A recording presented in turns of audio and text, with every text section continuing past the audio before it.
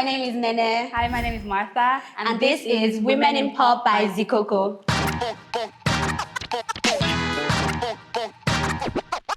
First off, this was like 2012, 2013, right? I think the first time I really took note of Martha was when we were on stage together rehearsing for something. Wow, Yeah. that long. No, we had not started initiation and stuff then. No, we hadn't. No. Had we? So what were you doing on stage? Oh, it was initiation. Theater as initiation, yes. And the first thing I noticed was Martha had an amazing voice. She has an amazing voice. And I've always wanted to be able to sing like that. And I'm like, God, this girl can sing. Oh my God. And she's very dedicated too. I could kind of see that at rehearsal. Yeah, her vibe was really cool. Yeah, that's nice. Yeah, like you said, that was 2013 actually. Yeah. Initiation rehearsal. So I was more shy than I am now, yeah. So I think it was when Martin was trying to get like a few people to do like things. I think it was a poem we're supposed to say or something. And then he gave me a part, but I think my voice wasn't strong enough or something like that. And so they were like, what? You know, they call you Tolu then, not Nene, yeah? Or like Tolu you, and I was like, yeah, so you're more, and I think you were 2 years ahead. Yeah, I was a trend. Yeah, so you're more outspoken sort of. So I wished I was like that. Aww. Yeah, so yeah, I just was just like the girl from another department doing initiation with us that was like more, yeah, out there than I was. Yeah.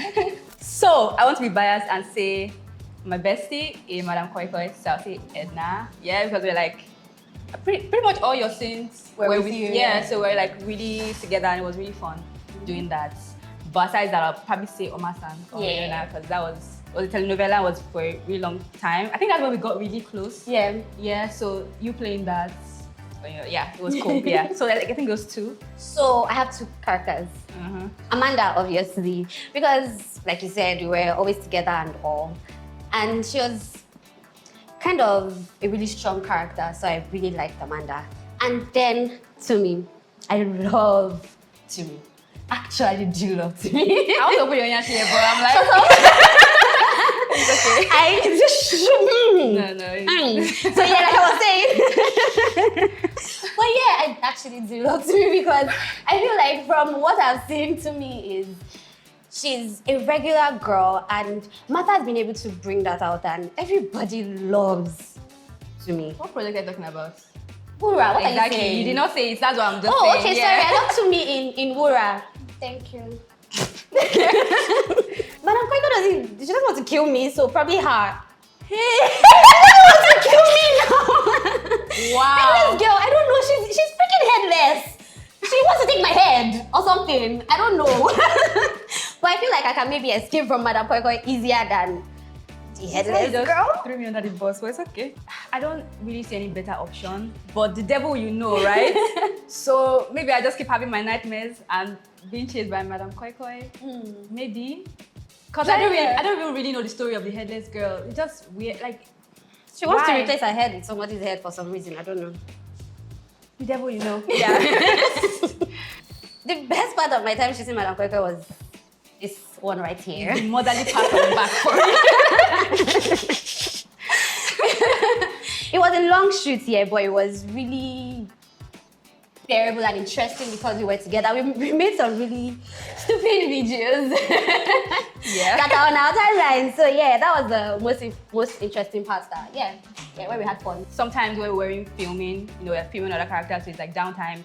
The hotel room is like, what to do? And it's like, oh, Nene is here. Yeah. So we just have fun together. And also, like going on set, when you see the crew doing their stuff and you're like, okay, these people know what they're doing, and it's like, okay, I'm in trusted hands. So yeah, that was really nice too. That was nice too. So I don't like to say I decided, I like to say I realized I wanted to be an actor. Thank you very much. So yeah, I realized when I was 12, yeah. I just I think I've always been sort of obsessed with films. Yeah, when I was young, I was really quiet and like into myself. So I have like a big family, so my siblings and my family basically used to always tease me that, like when they rent movies from the video club, I'm always like, do you want to watch the movie on the poster? And there are things that you don't even realize you do, like stay in front of the mirror and just like being absorbed. And it's like things like that. And then just growing up, being so interested in films and characters and re-saying lines like when you finish watching something or trying to be. Just watch. Was it Sydney Bristol in Elias? That the word? I don't know how to pronounce that. I'm trying to just embarrass myself, but that's that project. Yeah.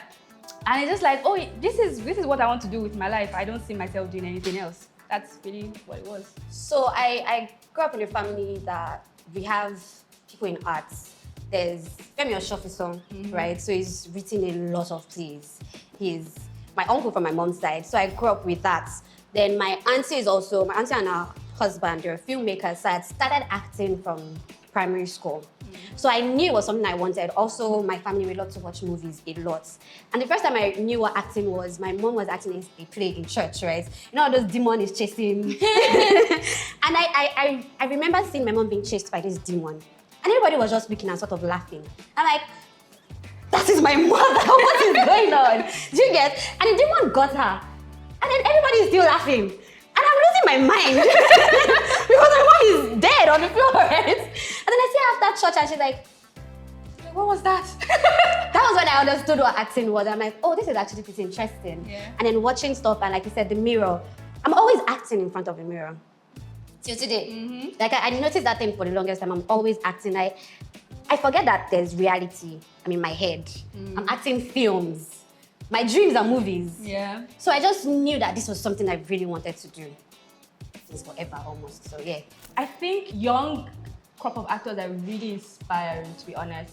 Yeah, like the people that are our peers. Yeah. And it's so nice and so weird that, you know, when we're young guys, oh, this person is on TV, oh cool. But it's like, oh, this person is on TV, and I have their number. It's so cool and inspiring. It's like, oh, you're doing really amazing work. And it just depends on the project. It's like, oh, you see this project, and it's like, oh, this person really embodied this character, and it's like, so, like what I aspire to, right? So I'll say, I think Aliemeke does a really good job in embodying characters. Like Peaky Blinders, I saw Ehinome, and it's just like, okay, this person is the same person, right? But you just see like completely different people, so that's really nice. Yeah, That's very cool. yeah.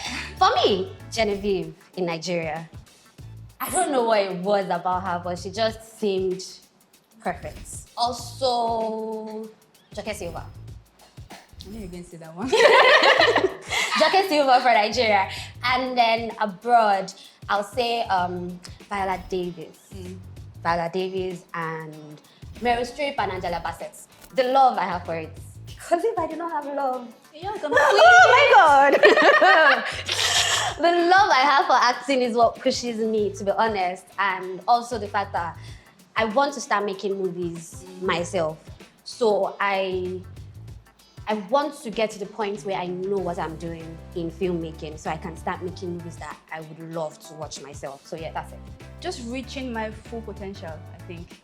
I think that it's like, that's the beauty, or one of the beauties of acting and filmmaking is like you do it forever. It's like you're at this age, you have an age range you can play. You're 50, you're like in a wheelchair. There are roles for you to play, yeah, as long as you are capable of doing that. So it's like a lifelong thing, and there is so much that can be done with it. It's like here in Nigeria, it's like outside Nigeria, there's so much that you can attain, and I am just looking forward to all the beauty that it has for me. So yeah, I think that keeps me pushing. I don't know if I have a preference. I mean, going to study theater because it's like, okay, if you want to be an actor, you're going to uni, choose the nearest thing, like, okay, theater. And I hadn't really thought in terms of theater before because it's like film. You see film everywhere. We don't really have a strong theater culture here, especially in Ibadan.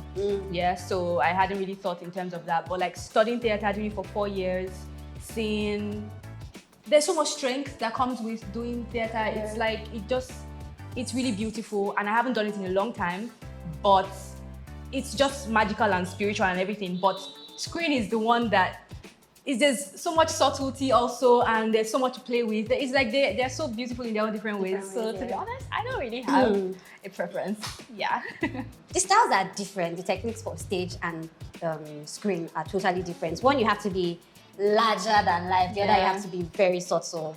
So it's difficult to pick one. I mean, I fell in love with acting more when I did stage in uni, right? Because it grew me. It's like, is that correct? It grew So as an actor, it helps me to be stronger and better, and there's almost no character that I will not be able to play because of that. But still, screen it has its own. Yeah. It's see, I don't know. I love both of them. Sorry to disappoint you guys. Both of them, yeah. It's going to be the time that we get to make movies, especially for actors, right? Because I'm very big on becoming the character. I don't like to act. I want to be the character. So it's difficult when I maybe get a call like last week. Are you available to shoot next week. this weekend? Or even this weekend. And I'm getting the script. And I'm expected to come on set and be the character. I mean, yes, we can do it because we can. But we still need time to actually be the characters. Because there are sometimes I'm on set and I'm like, God, I hate the fact that I'm acting. Because I can feel that I'm acting and I'm not the character. But the director's like, oh, great. But I know that I do not do it.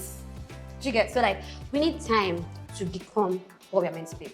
So for me, to be honest, there are quite a number of things. Yeah. So I'll just say maybe the structure of things. It's like a lot of us are just winging it. Like guilds aren't functional per se. Probably just have it for the sake of the quality and what to show police if they stop you and say, what do you do? Or something. Exactly.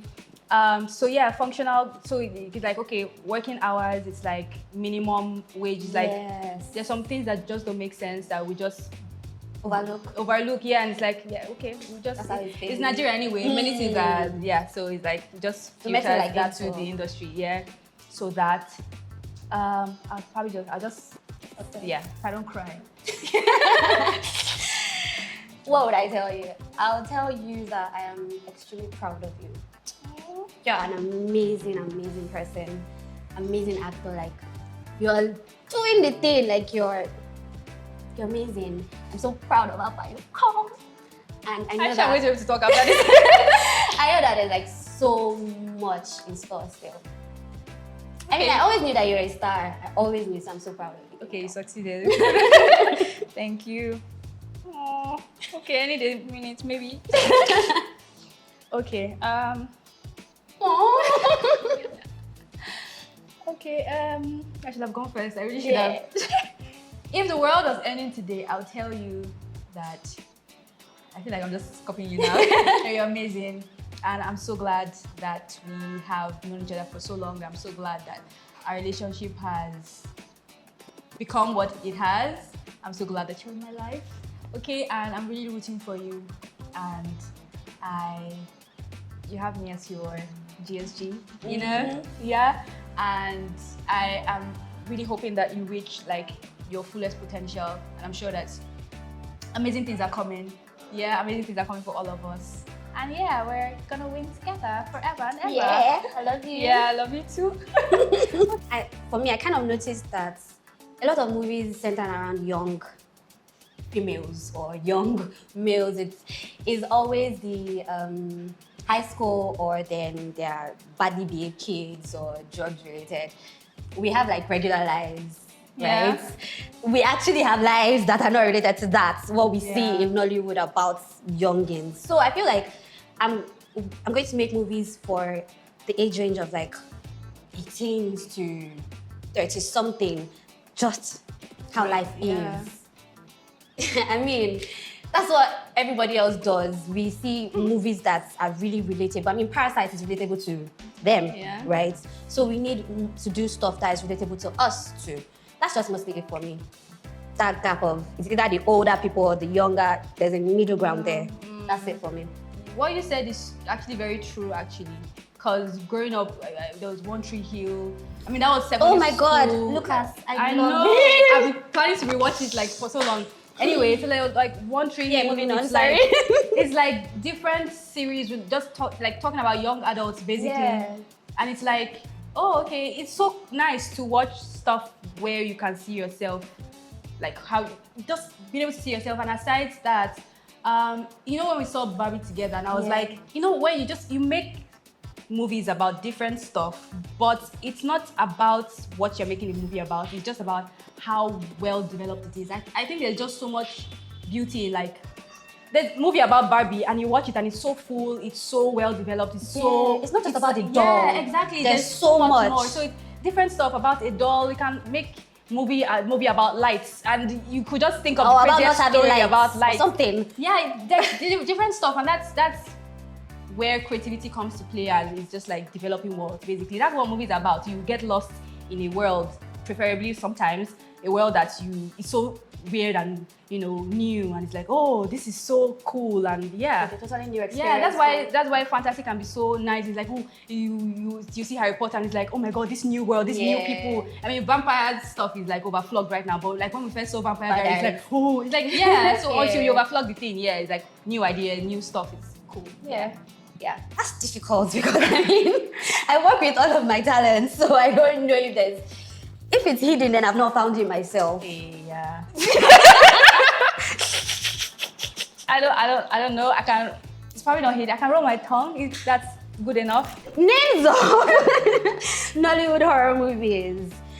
I start by saying Madam Koikoi. Oh, you don't say. It was Igede horror films. Igede. Was it? Oh, okay. The Ring. Is it The Ring? Yes. No, it was Diamond Ring. You failed. Wait, but it was Igede horror. Names of female Nollywood actors. Names of female Nollywood actors. I start by saying Uzamaka Onoa. Genevieve Ome. Bubemi Ejaye. Mata Ehinome. This white to me. Maggie Osome. Nene Wayo. No, Nene Aliemeke. Sorry. Yeah. Correction taken.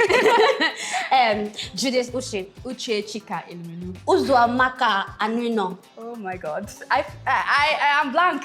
I am blank. 1-1. Let's go. I am blank. Okay, 1-1. Okay. What else? Names of Nollywood movies released in 2023. I start by saying the origin Madam Koikoi. Neka, the pretty serpent? Madam, no. What did I say? No, I was better. I was thinking Akamefuna. I was thinking like other stuff. Oh, really? Oh, shut up. 2-1. Okay, you go next.